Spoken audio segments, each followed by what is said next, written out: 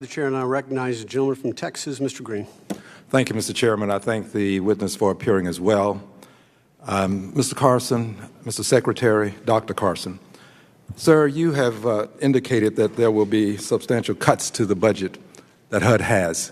Can you give me that dollar amount? I'm showing that it's about $6 billion. Is that correct? That's about right. Is that about 13% of the budget? Yes.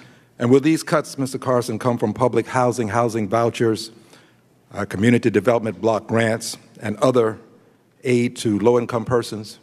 They come from a variety of sources, including... How much from public housing, Mr. Carson? Probably in the neighborhood of, if you combine all the programs, $2 to $3 billion. $2 to $3 billion. How much from housing vouchers, Mr. Carson? Rather than go through a quiz on all the numbers...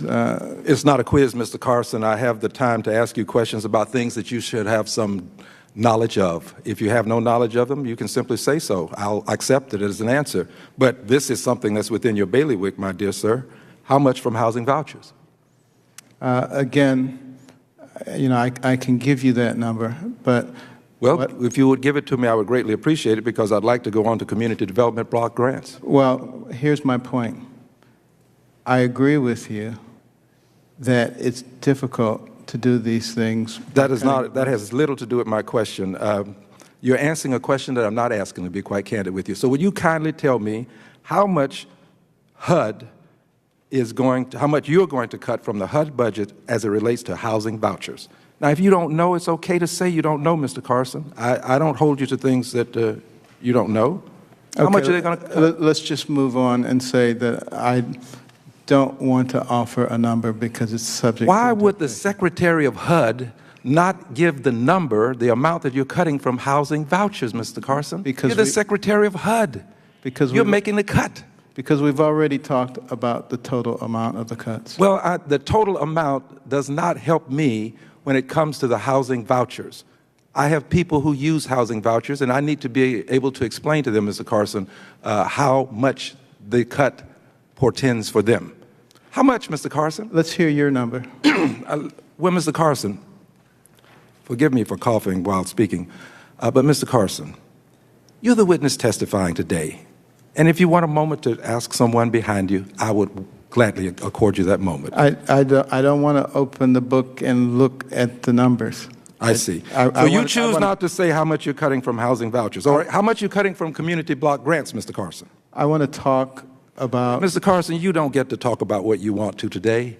You get to talk about what I want you to talk about. You get to answer the questions that I pose, Mr. Carson. Yeah, but I also get to answer the question the way I want to. Well, you can answer them the way you want, but if you want to show a lack of knowledge, you can do this. It's quite all right, Mr. Carson. So now, how much from community development block grants, Mr. Secretary?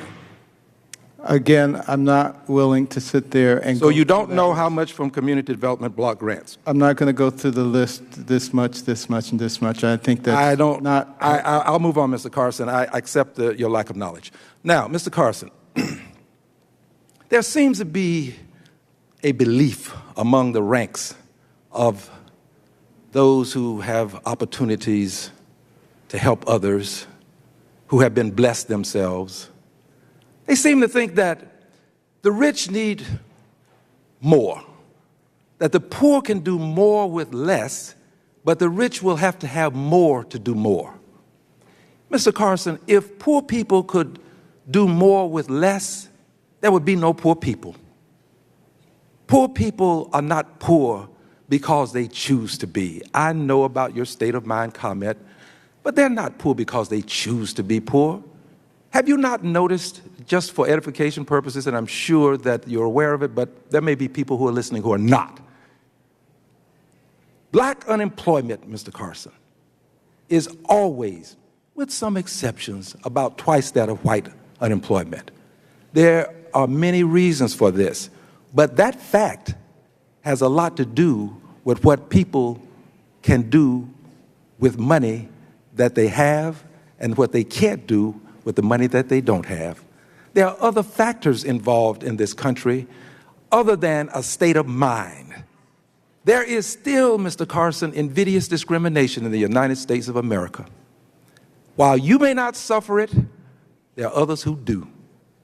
And they need to know what you plan to do, and I regret that you're unable to tell us today. I yield back the balance of my time, Mr. Chairman. The positions that you ascribe to me are your opinion of what I think. They're not what I think. Mr. Chairman, if he chooses to respond and say this, I then ask that I be allowed to let him know that my positions The time are what you the gentleman articulated has and did not articulate. expired.